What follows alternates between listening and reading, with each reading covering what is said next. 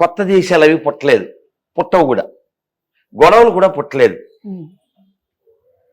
కానీ ఎక్కడైనా ఈ ఎడారి మతాలు వెళ్ళిన చోటల్లా గొడవలు పుట్టినాయి, కొత్త దేశాలు పుట్టినాయి, కొత్త సమస్యలు పుట్టినాయి. అవి మనం చూస్తున్నాం.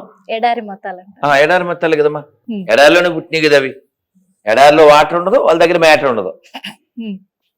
సో హిందువుల్ని వాళ్ళు కన్వర్ట్ చేస్తున్నారు. కారణం ఏమిటంటే హిందువులు వాళ్ళ టార్గెట్ కాబట్టి.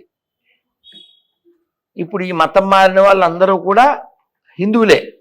ఇప్పుడు ఇందాక ఒకడు ఫోన్ చేశాడు, వాడి పేరు కృష్ణప్ప. ఎవడు పుట్టాడు? వాడు ఎక్కడోడికేగా.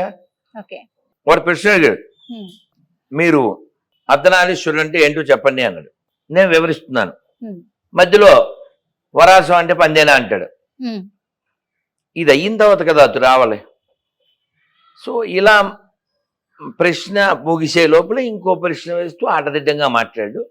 ఇంకా తప్పదు కదా, వాడు గొర్రె అని మనకు తెలుసు కదా. సో నేను చాలా కటువుగా అతనికి సమాధానం చెప్పాను. సో నువ్వు ఏదైతే పుస్తకాన్ని పవిత్రం అనుకుంటున్నావు, ఆ ముష్టి బుక్కి మాకు ఏ సంబంధం లేదని చెప్పాను. వాడికి కూడా సంబంధం లేదు. వాడు ఫీల్ అవుతున్నాడు, బకర్డీ బ్యాచ్ కాబట్టి వాడు ఫీల్ అవుతున్నాడు. సో కాబట్టి మనం ఎక్కడికి వెళ్ళినా అందరికీ శాంతి దొరుకుతుంది. కానీ వాళ్ళ పుస్తకంలోనే మీరు ప్రశ్న అడిగారు కదా, అందుకని మీతో చదివిద్దామని అంతే. ఫలానా వాడి కొడుకు తాగుబోతని తండ్రి చెప్పాడు అనుకో, అది ఆథరైజ్డ్ కదా, అవునా? ప్రతిసారి నాతోనే చదివిస్తారా? అంటే ఉన్న విషయం. ఇప్పుడు మీరు టాపిక్ తెచ్చారు, నేనే చదవాలంటారు. కాదమ్మా, క్వశ్చన్ ఎవరిది? క్వశ్చన్ ఎవరిది? క్వశ్చన్ నాదే అంటారు, చదవడం నా వంతే. మీకు తెలియాలి కదమ్మా. ఇప్పుడు మీకు తెలియాలా? ఇప్పుడు మీరు ఇక్కడికి ఎందుకు వచ్చారు? ఇంటర్వ్యూకి వచ్చారు. సో నేను ఎందుకు వచ్చాను? మీకు సమాధానం చెప్పడానికి వచ్చాను, అవునా?